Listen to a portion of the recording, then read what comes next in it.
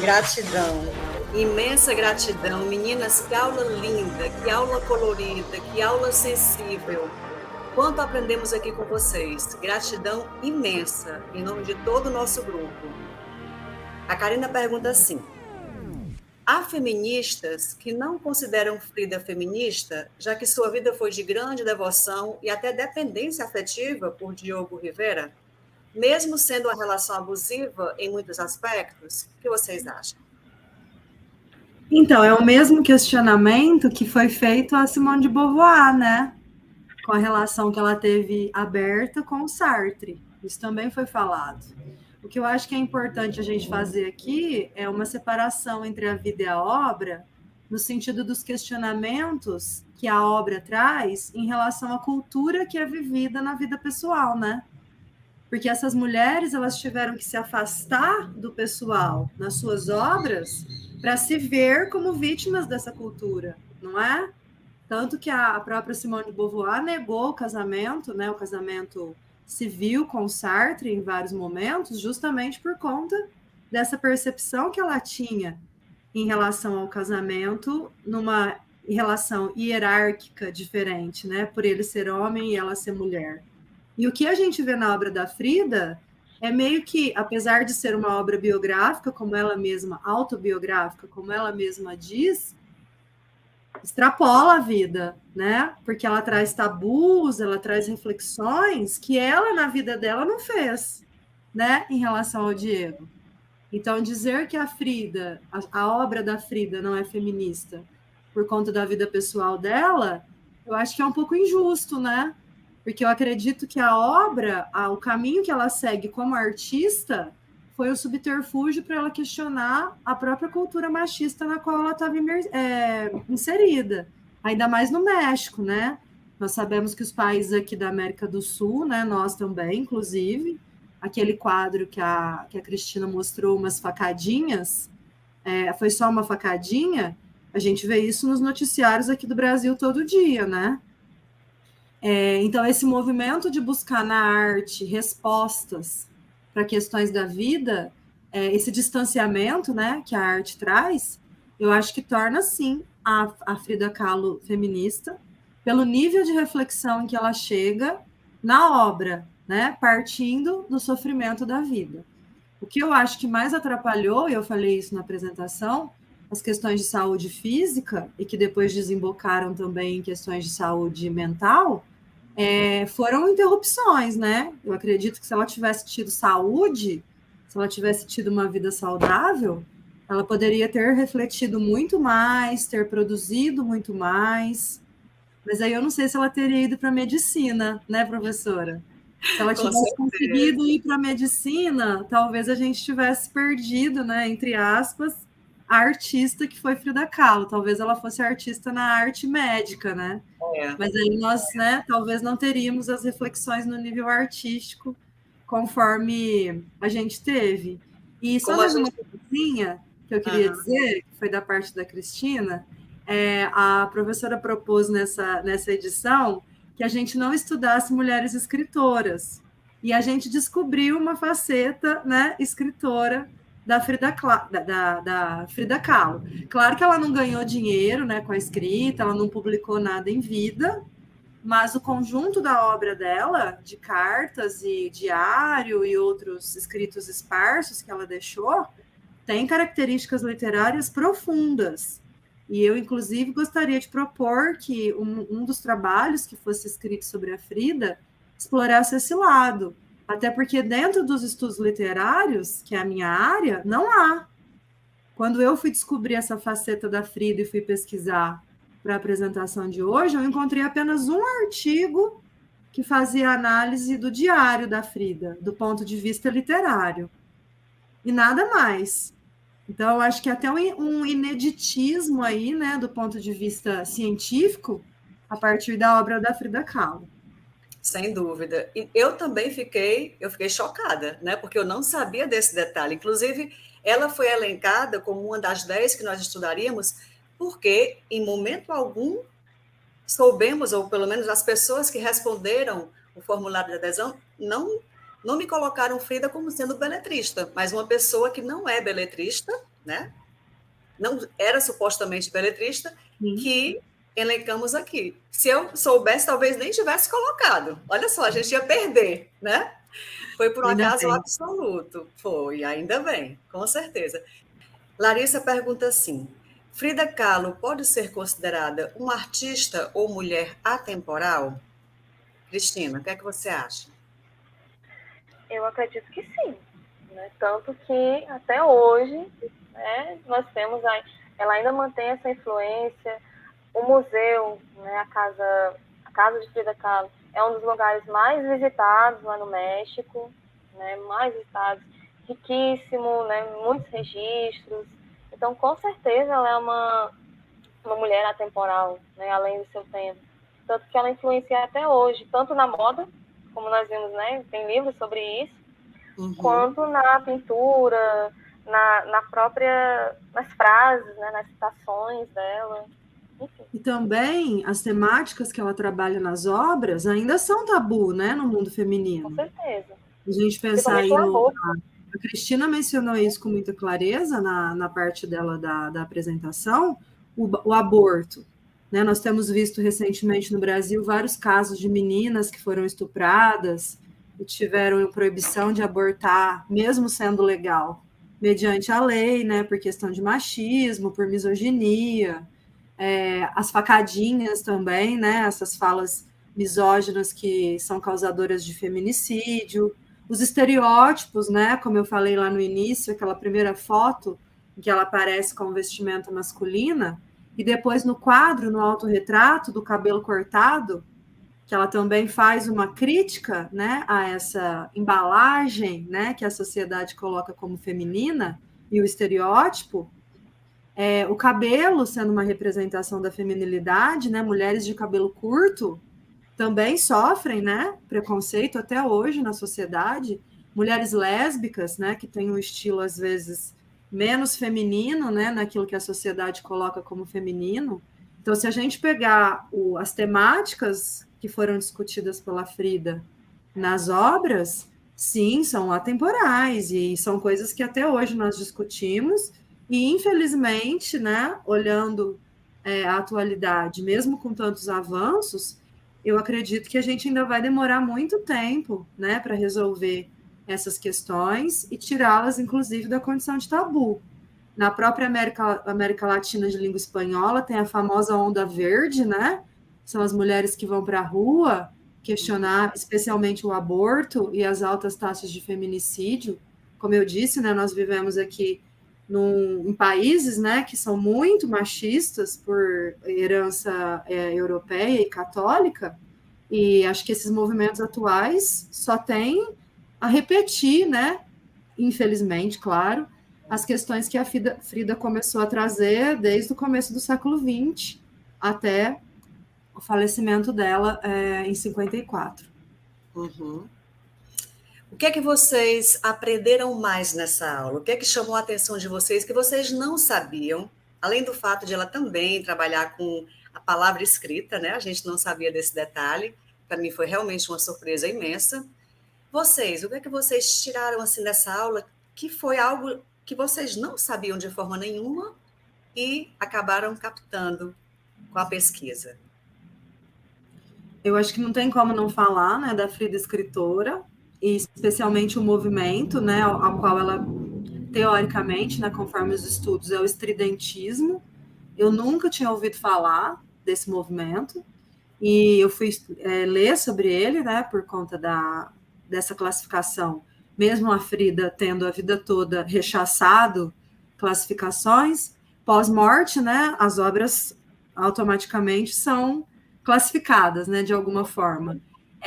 E essas conexões, né, entre o verbal e o não verbal que ela fazia. Então, acho que seria um primeiro ponto, mas aí a Frida escritora. Em relação à Frida pintora, eu já sabia do interesse dela pela medicina, mas não sabia do interesse dela por esse aprofundamento na biologia. Porque quando a gente vê os desenhos, né, isso nas telas do aborto fica mais evidente, ela desenhava mesmo, né, como se ela estivesse fazendo um tratado médico. E como que é possível, né, uma pintura? Eu até vi nos comentários lá do YouTube, alguém escreveu isso, né, uma pintura tão realista que chega a ser grotesca, né, gritante, né, sangue, aborto, e o próprio questionamento do que é arte, né, professora? E até hoje, né, na escola a gente vê muito isso, a gente vai falar de arte e ainda tem aquela relação da arte com a estética greco-romana, né, com a estatuaria, com a imposição de um ideal estético. E como que a Frida, primeiro, uma das poucas mulheres, né, do movimento ao qual ela pertenceu. Segundo, por muito tempo à sombra do Diego. E terceiro, se utilizando de uma estética questionável, né, desse ponto de vista de quem acha que a arte tem que ser bonita, ela conseguir ir tão longe. Então, acho que esse é mais um indicativo de como ela realmente foi feminista, na forma como ela apresenta os temas, e também dentro da arte, do ponto de vista técnico. Trazer veias, entranhas, né? Sangue escorrendo, que dentro do campo artístico é algo chocante. E ao não mesmo palatável. Exatamente, é incômodo, né? Ninguém vê as obras da Frida com tranquilidade. Talvez algum autorretrato, como o primeiro, né? Que ela pintou para o Alejandro, até porque ela estava acabando de sair da adolescência e apaixonada, que é um autorretrato bonito, vamos dizer assim, né? Esteticamente falando. Mas a partir daí, né? Há outras obras, aquele em que é o corpo de um veado, e a cabeça da Frida, que foi também pintado logo após dela saber da traição do Diego com a Cristina, e o corpo do veado está cheio de flechas. É uma obra que causa um desconforto, né, um estranhamento muito forte.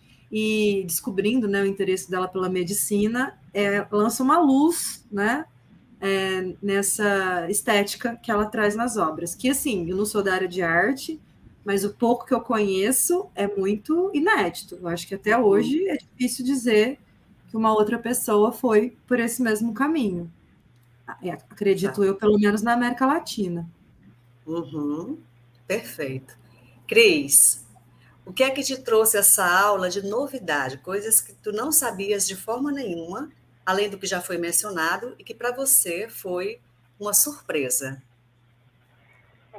Para mim, assim, a maior surpresa foi esse lado escritor, né? Como a Rosana mencionou, né? Esse lado escritor da Frida, né? Porque, assim, Frida Kahlo, né? Quando você ouve esse nome, você associa a pintura, né? Associa a pintura, associa a arte, enfim, né? Nunca imaginamos que ela tinha essa veia literária, né? Essa veia beletrista, né? Como mencionado.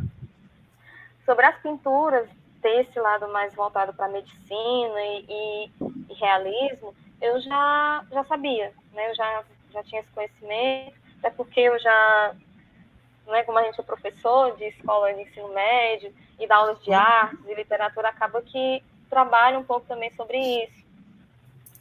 Principalmente também quando a questão lá das vanguardas europeias, explicando sobre o surrealismo e tudo mais. Mas, assim, o que mais me surpreendeu foi o lado escritor dela. Fiquei encantada. Sem dúvida, sem dúvida. Eu fiz aqui alguns apontamentos, como é de praxe, né?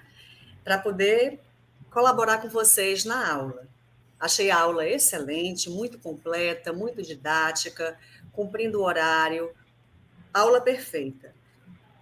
A arte tem que ou acomodar ou incomodar, né?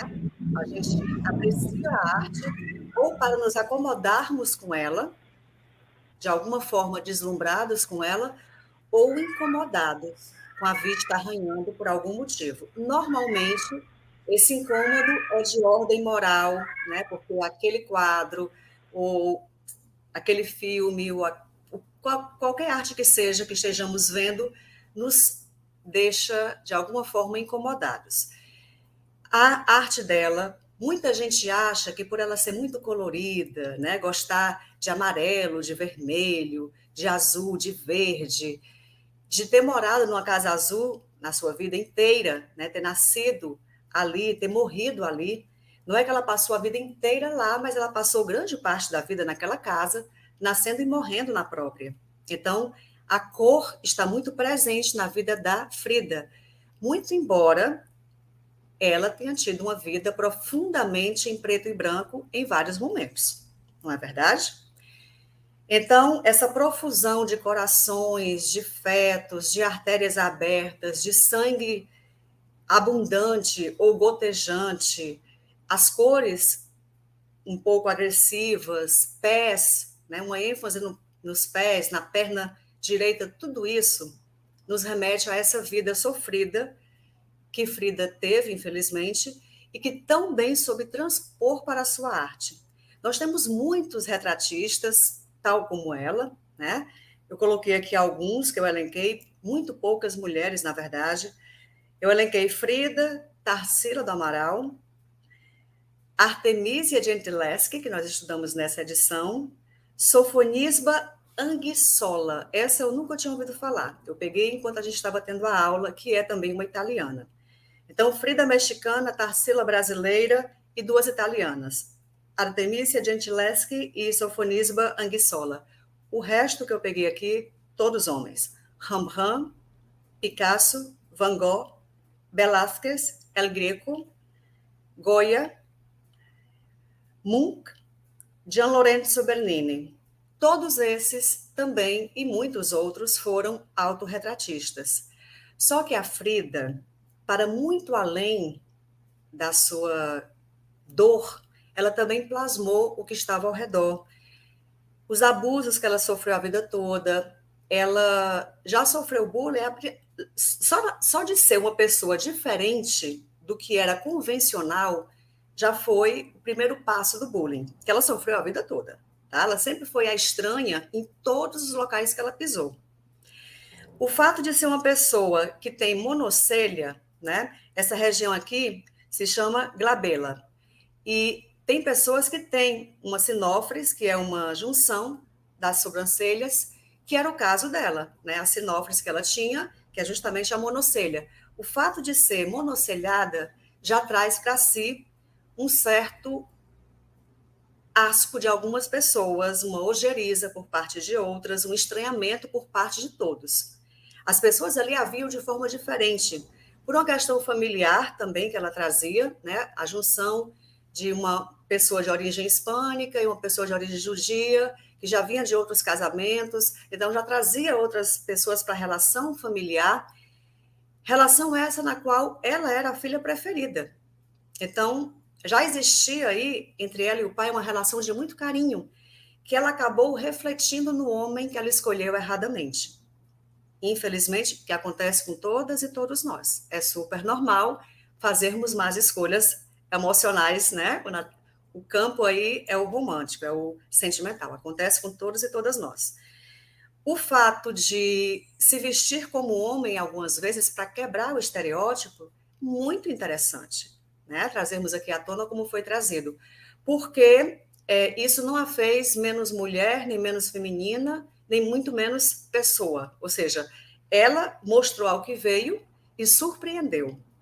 Essas cores todas tinham sentido, como foi colocado aqui. E nós também tivemos algumas autoras que estudamos, agora, a autora mesmo, beletrista, não estou falando de artistas de outras searas, mas do beletrismo mesmo, como foi uma pessoa semi-analfabeta que escreveu uma obra em 1960, que foi Carolina de Jesus. E ela dizia claramente que a fome é amarela. Então, a gente acha que o vermelho, o amarelo, o verde e o azul da Frida são cores vibrantes e coloridas e são felizes. para ela pode não ser. A gente viu que para ela não era nada de felicidade, era pelo contrário, né? Assim como para Carolina de Jesus, a fome era amarela. Por quê? Porque ela via na cor amarela a falta de nutrição da pessoa, né? Uma certa carência de hemoglobina, digamos assim, basicamente. Falando na autora, é interessante trazermos aqui essa relação dor-criação, porque a arte, muitas vezes, ela nasce da dor. Isso a gente vai ver daqui a 2 aulas que a gente vai maratonar agora, serão 3 aulas juntas a partir dessa. E a nossa penúltima aula com a Izinha será sobre Nise da Silveira. E a Nise trabalhou muito, muito com a questão artística dos seus pacientes. Ela foi extremamente humana, foi uma figura impreterível na reforma psiquiátrica no Brasil. E a questão das cores, da dor, da criação artística foi muito fomentado por ela. E aqui eu vou trazer uma relação curta, muito curta, de pequenas pinceladas que eu estou dando em pessoas que conhecemos que passaram pela dor e a transformaram. Eles transcenderam a dor e a transformaram em arte. Aleijadinho foi um deles, Van Gogh, Virginia Woolf, Florbela Espanca, Renato Russo, meu amado, Alta de Souza, Alice Walker e Ana Cristina César. Esta última, inclusive, guarda semelhanças com a nossa estudada de hoje, com a nossa homenageada de hoje, porque Cristina comunicava-se muito por epístolas, por cartas. Era uma comunicação epistolar com seus amigos, e amigos muito íntimos, né? Ela não precisava ter essa comunicação, porque ela ligava para eles, como vimos na aula sobre ela. No entanto, isso existia. Ela mantinha a poesia dela sempre acesa com os poemas que escrevia, mas também com as cartas e cartões postais que mandava para os amigos. É o caso aqui da nossa, vou dizer beletrista, porque também é, né? Fiquei sabendo hoje. Beletrista que usava dessa arte, da sua arte, não só com as palavras, mas principalmente com os pincéis, com as telas, com as aquarelas, com os tons nada pastéis, pelo contrário, ela expressava a sua dor de maneira muito visceral, de maneira grotesca, mas o grotesco também é artístico, né? Esqueçamos essa história de que a arte tem que ser clássica. A arte é uma expressão humana e ela tem que expressar o que o humano leva dentro de si. Se existe dor, eu não posso desenhar uma flor. Eu posso desenhar pétalas dessa flor no chão, mas a flor, bellissimamente, seria uma mentira, seria uma incoerência eu estar sofrida e desenhar algo que não tem nada a ver com o meu sofrimento, né? Na minha percepção. Aqui nós somos livres para pensarmos o que quisermos, mas na minha percepção, a arte tem que expressar o que o artista sente e o que ele pensa. E o que ela sentia e pensava não era exatamente o que as pessoas gostariam de ver, mas ela mostrou mesmo assim. Foi mais uma quebra de barreiras. Assim como também nós tivemos, que vamos ver na próxima aula, que vai ser sábado, já convoco todos e todes, que é sobre Marsha P. Johnson. Foi uma mulher, foi um travesti, né, porque não foi trans, mas será apresentada por uma pessoa muito querida. Eu dividirei com ela essa aula, pela Silvinha Cavalieri, que é uma ativista trans, é uma mulher trans, e este mês é o mês do orgulho LGBTQIA+. E é justo que nós façamos essa homenagem à Marsha, né, que tem muito a ver aqui com Frida, porque Marsha, como a gente vai ver sábado, foi uma mulher questionadora, ela realmente não se achava um homem, ela se via mesmo como mulher e agia e sentia como mulher, e para mim também ela era uma mulher. Respeitemos assim. E Marsha era muito colorida, apesar de que muito sofrida, muito parecido com Frida Kahlo. Esse travestismo, esse bissexualismo que ela apresentava na sua obra, muito louvável, porque uma pessoa naquele momento em que não tínhamos a segunda onda do feminismo, estávamos apenas na primeira, nos resquícios da primeira e na construção da segunda, que chegaria no México bem depois, ela foi exemplar. Tanto quanto, séculos antes, foi uma ancestral dela, de alguma forma, que foi Juana Inés de la Cruz, a primeira feminista da América, das Américas. Aula que eu apresentei no dia 20 de agosto de 2020, nossa primeira aula, efetivamente falando. A primeira foi a aula inaugural, mas a primeira aula foi sobre ela e uma santa católica, que é Teresa de Jesus. E nós pontuamos isso naquele momento, né? Que Juana Inés era uma pessoa também muito colorida, ela pintava, ela escrevia, ela tinha uma vida bastante mexida em termos sexuais e sociais. Sexuais porque ela também tinha amores que naquele momento não podiam ser revelados, não eram com rapazes, eram sempre com moças, sempre com mulheres que a protegiam, porque ela tinha nessas mulheres a figura da mãe, né? Acaba que sendo essa figura protetora, tanto como Frida naquela tela em que ela está com uma mulher, está nua, com uma mulher também nua, com o seu véu vermelho, né? Ela encontra nessa mulher uma proteção. E aí a gente já traz também a imagem de uma outra mulher que foi estudada por nós, pela Paulinha Cabreira, que foi Luísa Carnés, que tem muita ligação com a Frida Kahlo. Por quê? Porque morou também no México. A Luísa foi uma espanhola, madrilenha, que morou no México de forma asilar. Ela foi exilada, né? Ela foi a contragosto. Foi porque estava em plena ditadura franquista, o marido, o companheiro tinha sido assassinado e ela seria a próxima. Para não morrer, ela fugiu juntamente com muitíssimos outros e, chegando no México, ela encontrou o seu espaço. Ela pôde se desenvolver como beletrista. Infelizmente, não é tão conhecida e nós temos a honra de ter entre nós a única pessoa no Brasil que tem a concessão de estudá-la fora do México, em terras brasileiras, que é a Ana Paula Cabreira. E, infelizmente, a Luísa Carnés morreu 10 anos depois de Frida, morreu em 64, no dia 8 de março. 8 de março, Dia da Mulher. Então, são ligações que nós fazemos, né, que é importante a gente fazer, porque nos remete a outros estudos, e que comprova que realmente essa aula foi uma aula de excelência. Meus parabéns, meninas, estou orgulhosíssima. Passo a palavra para vocês, para que vocês coloquem agora as últimas considerações. Por gentileza. Quando a professora falou sobre entre aspas, né, o que a gente chamaria de bullying, né, que a Frida sofria desde criança, isso é muito recorrente na biografia dela.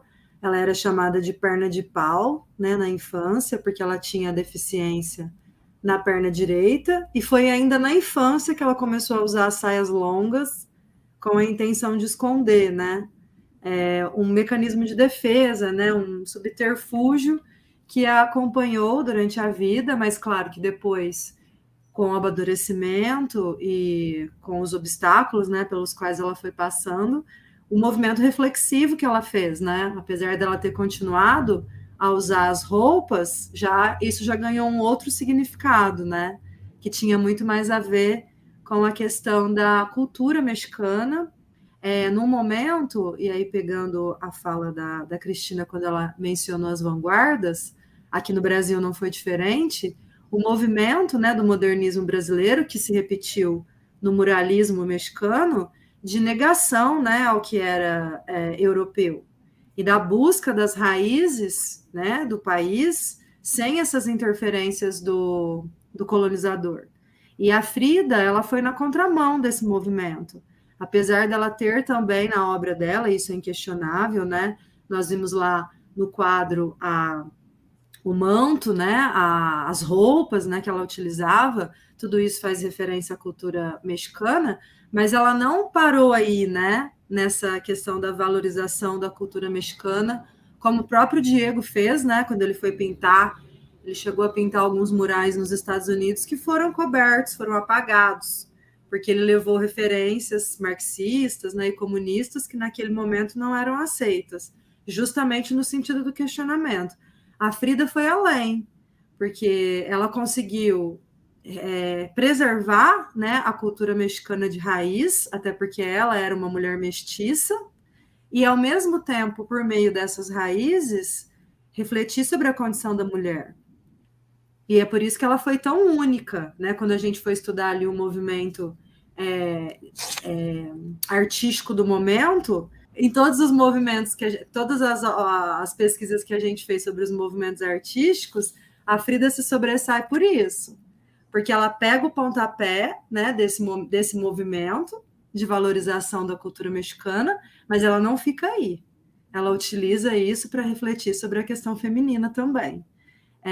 Eu queria agradecer, Cristina, minha parceira. As outras vezes eu apresentei a aula sozinha, hoje eu tive o prazer de dividir com a Cristina. A gente fez um trabalho de bastidores, né, muito bom, a gente trabalha de uma forma bem parecida. Obrigada pela parceria, obrigada, professora, de novo, né, pela oportunidade de estarmos aqui, né, em mais uma tarde tão linda como todas as outras, né, além da beleza, né, do que a gente faz aqui, o aprofundamento que nos é oferecido. E segundo semestre estamos aí, né, para o trabalho de escrita. A professora já havia falado que vamos dividir, né, o trabalho de orientação dos artigos.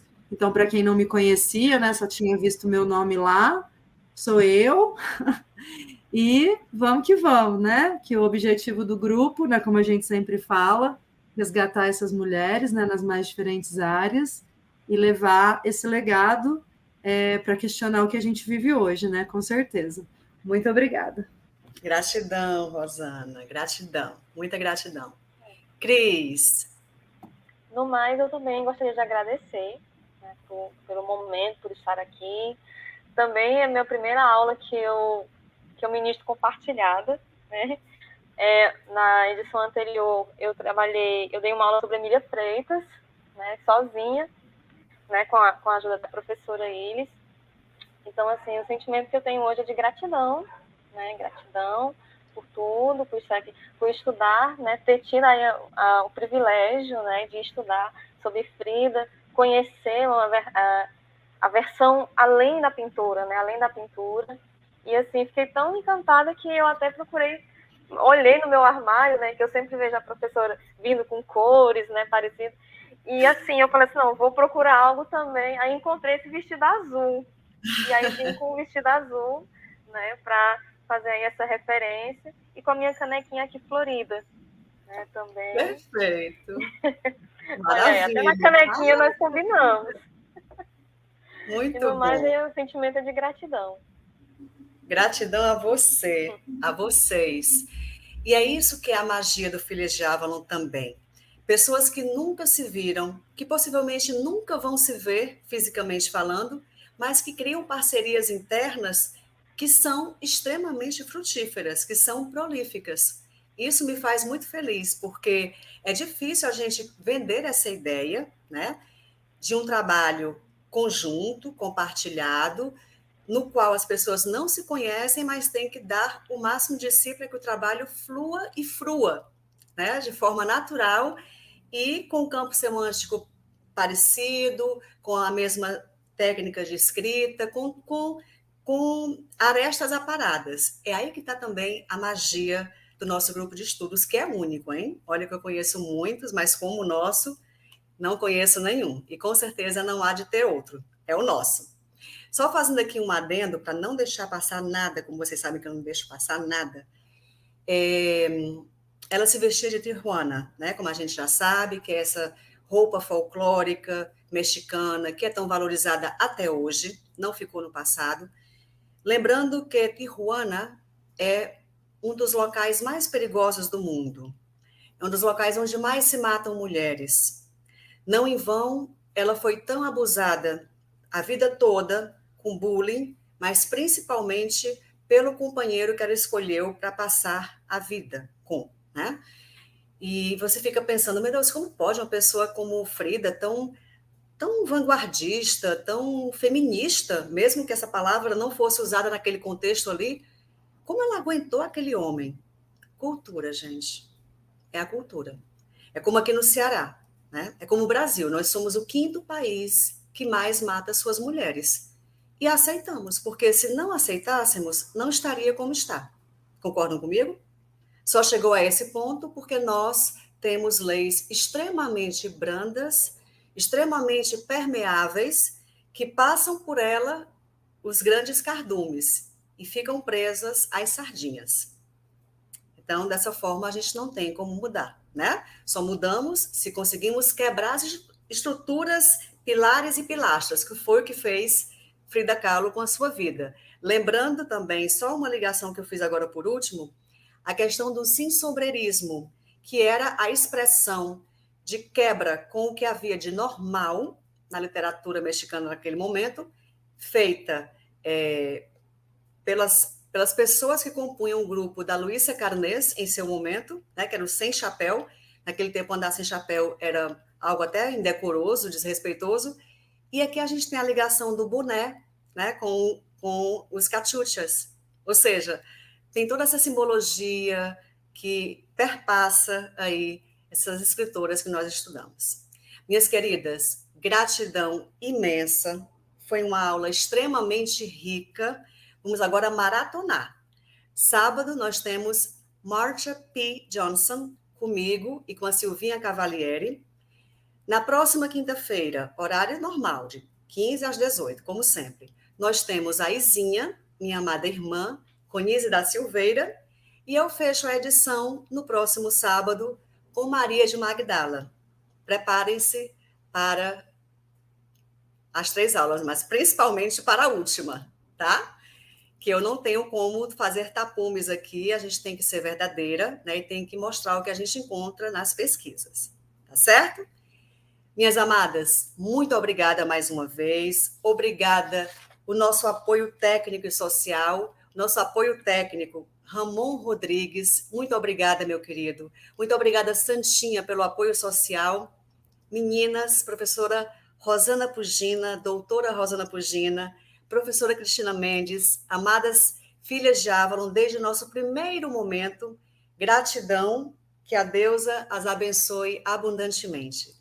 A todas, todos e todes que estão conosco, que vão estar mais tarde, que vão estar em outro momento, gratidão pela assistência e pela participação. Na próxima aula, que é sábado, continuamos com Marsha P. Johnson e teremos 2 aulas mais, finalizando esta edição. A todos, todas e todes, o meu muitíssimo obrigada, saudações avalonenses e até a próxima oportunidade.